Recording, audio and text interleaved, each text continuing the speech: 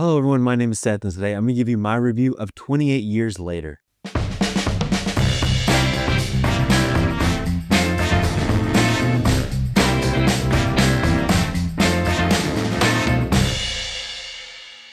28 Years Later was one of my most anticipated movies of the year. I really like 28 Days Later and 28 Weeks Later, but unfortunately, I have to say I was very much so let down by this movie. But before we go any farther, go ahead and like this video, hit subscribe, and hit the bell icon so you never miss a video. Go ahead and share this video around with any friends or family. It could really help the channel grow, and it would absolutely make my day. In 28 Years Later, a group of survivors of the Rage virus live on a small island, and when one of the group leaves the island on a mission into the mainland, he discovers secrets, wonders, and horrors that have mutated not only the infection, but other survivors. At least that's what the synopsis says. I kind of disagree because I don't feel like that much happens in this movie. I don't think they dive into that much in this movie, but there's a lot of potential here, especially with the characters and the situation they're in, but they never end up tapping into that potential, at least for me. I think the big thing that stood out to me with this movie is that it is very much so style over substance. I had that same kind of criticism with Nosferatu, but I feel like Nosferatu's style made up for more of its deficits than this film's style does. So even though it has style, I don't think all of the style works for me. I actually really hate the opening to this film, and right from the beginning, that made me nervous for the rest of the film, and it turned out that I was kind of right to be nervous for the rest of the movie. From the very beginning of the movie, it just felt like it was shot and edited by a monkey who drank 40 cups of coffee every single day. It was so chaotic in a bad way. I understand. You want to convey chaos and fear. You want to keep things fast-paced, but there is a good and a bad way to do that.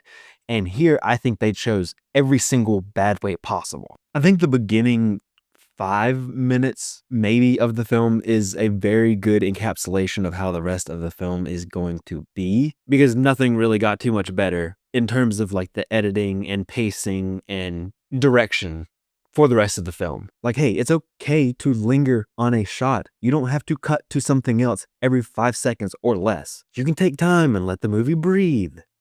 They do not do that here at all. And it's not like it's super high paced and flows really well, like something like Mad Max Fury Road. That's incredibly fast, incredibly well paced, high pace, high intensity all the way through the film. But it works, it flows. This doesn't do that here. And there's absolutely no excuse for having like 5 cuts in less than 2 seconds during a dialogue scene, which is not something I'm exaggerating on. It's something they actually did in this film. It's just so disorienting. It pulls me out of the movie. It's not like it's disorienting, but it works because that's what they want you to feel. It's disorienting and it's bad and it pulls me out of the film. They do have some unique shots that I give them a lot of credit for. On the filmmaking side of things, they tried some new things, and I love that. Like, for example, I know that they had a rig that had like 20 iPhones set up, and that's really cool. And you can tell in the movie, if you know that information, what shots they use those for.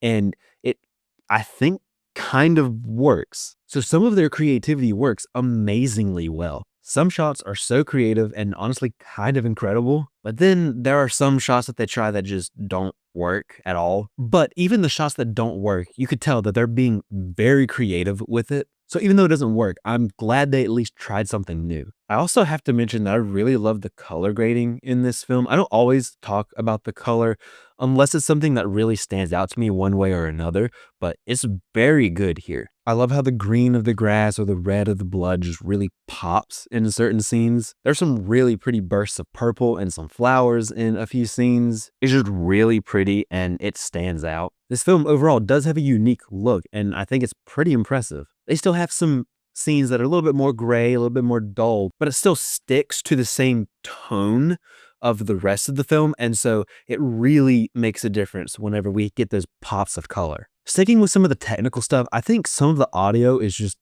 kind of off. Sometimes I feel like it obviously didn't match at all what the actors were saying. But my biggest issue was that sometimes the dialogue just felt too quiet and it didn't feel intentional. It felt like a mistake to me. It's like the dialogue was competing with everything else around it. And if it's just a scene in like somebody's house, that really shouldn't be an issue. And there's a couple times where the audio just doesn't seem mixed at all and things are just entirely too loud. Like there's sometimes where some of the dialogue just literally doesn't even sound like it's a part of the same scene. The score actually does stand out to me. Some of it I think works very well, but some of the score actually I think is a little bit distracting. I think we lean about 60% distracting, 40% working with the rest of the scene. So this absolutely will not be a score that I'll be listening to in the weeks to come. And I think one of the biggest criticisms I could have of this film is that I was ready for this movie to be over like 40 minutes into this film. Just with the editing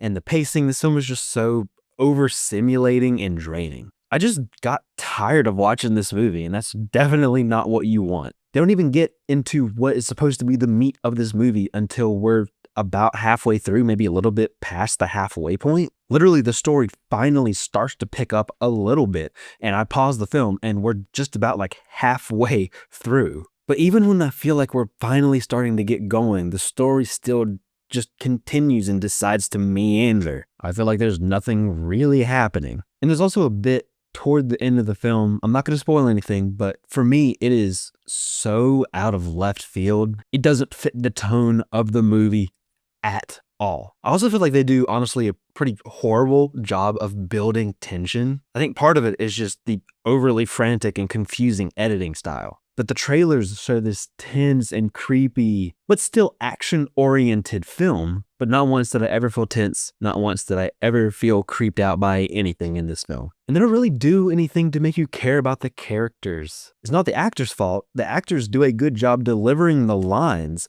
but they don't really have anything to work with, and that's all on the writing. The performances are good, but the characters are just not there, and I just don't care. Aaron Taylor Johnson, Jodie Comer, Ray Fiennes, they all do a great job. They are all very, very talented actors, and you can see that here in this film. They can bring a lot of emotion to their roles, but the emotion they bring here doesn't really pay off because of the lack of character depth and development. So honestly, overall, there's not a ton that I like about this film. And that's really, really disappointing for me. I was looking for a new movie that I could really enjoy, but instead, I think this film's going to end up kind of toward the end of my list of 2025 films. And it's probably going to be the title of this video, but I kind of hated this movie and it makes me sad. The characters weren't there. The editing was confusing and frantic and disorienting. The story just meandered and really didn't have much substance to it at all. The actors all did a great job with their performances, but that's not enough for me to give it anything more than a 1.5 out of 5. But that's it. That's my review